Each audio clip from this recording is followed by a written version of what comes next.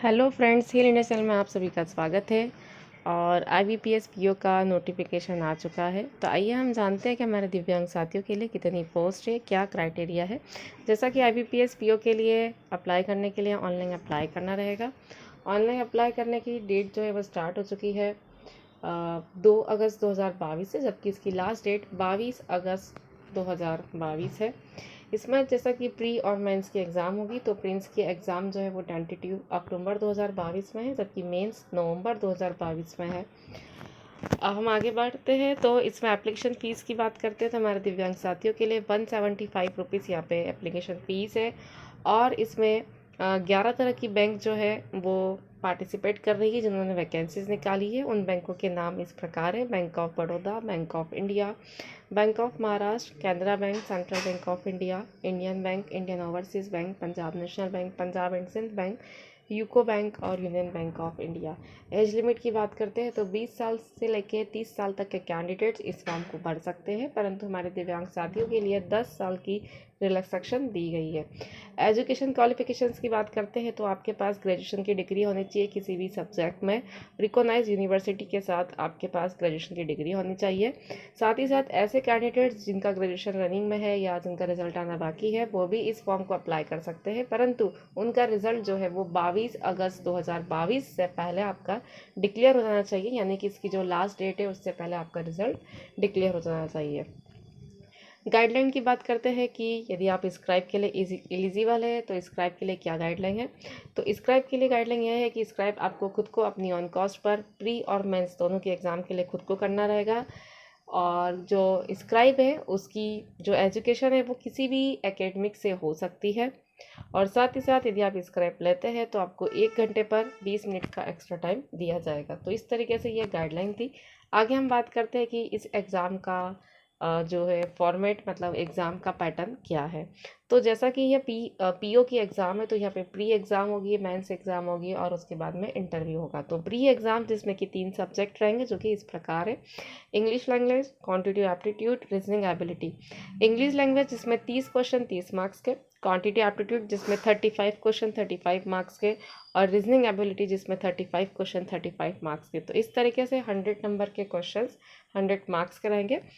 चूँकि ये जो PO की एग्ज़ाम है इसके अंदर क्या रहता है, टाइम फ्रेम सब सब्जेक्ट के लिए एक सेपरेट अलॉटेड रहता है। तो 20 मिनट्स 20 मिनट्स 20 मिनट्स करके तीनों ही सब्जेक्ट के लिए 20 मिनट्स दिए जाएंगे और 60 मिनट्स का यहाँ पे टाइम फ्रेम रहेगा। मेंस की बात करते हैं। अब यदि आप प्री क्वालिफाई करते हैं तो मेंस की में बात करेंगे। तो यदि मेंस में क्या क्या सब्जेक्ट रहेंगे, तो मेंस में रीजनिंग और कंप्यूटर एप्टीट्यूड जिसमें 45 क्वेश्चन 60 मार्क्स के, time frame 60 minutes.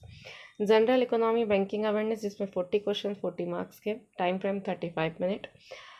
English language 35 question 40 marks के, टाइम फ्रेम 40 मिनट्स। और डेटा एनालिसिस एंड इंटरप्रेशन जिसमें 35 क्वेश्चन 60 मिनट्स के, टाइम फ्रेम 45 मिनट्स। तो इस तरीके से नंबर ऑफ क्वेश्चन जो है वो 155 हो रहे हैं, मार्क्स 200 है और टाइम 3 घंटे है। यहाँ पे ये जो सब्जेक्ट है इसका कोई सीक्वेंस नहीं है, आपको जो सा सब्जेक्ट करना है आप उसके अकॉर्डिंग कर सकते हैं। जैसे प्री में 1 बाय 1 आपके सब्जेक्ट आते हैं। उसके अलावा इंग्लिश लैंग्वेज रहेगा, लेटर राइटिंग और ऐसे का, जिसमें नंबर ऑफ क्वेश्चंस 2 रहेंगे, मार्क्स 25 कहेंगे और टाइम फ्रेम 30 मिनट्स का रहेगा। तो इस तरीके से प्री और मेंस की एग्ज़ाम है। दोनों ही एग्ज़ाम में नेगेटिव मार्किंग है, जो कि 0.25 के अकॉर्डिंग है। अब महत्वपूर्ण बात कि IBPS PO में वैकेंसीज कितनी है।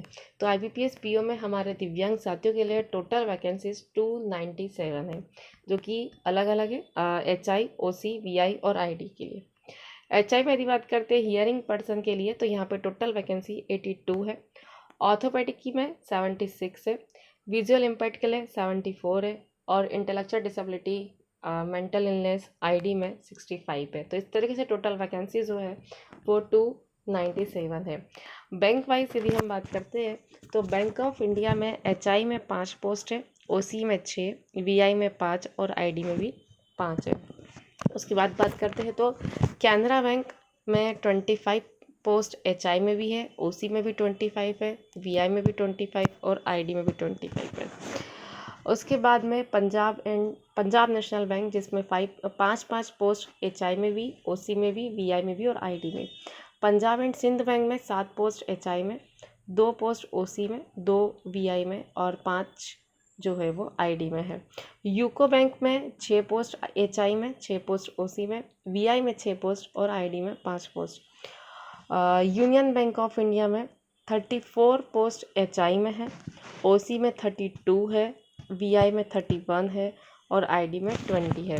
तो इस तरीके से टोटल वैकेंसी 297 होती है अलग अलग कैटेगरी में। यहाँ पे अभी इन्हीं बैंकों ने अपनी वैकेंसीज अपडेट की है। कुछ बैंकों जिन्होंने अभी NR है, मतलब नॉट रिपोर्टेड है, उनकी वैकेंसीज आई नहीं है।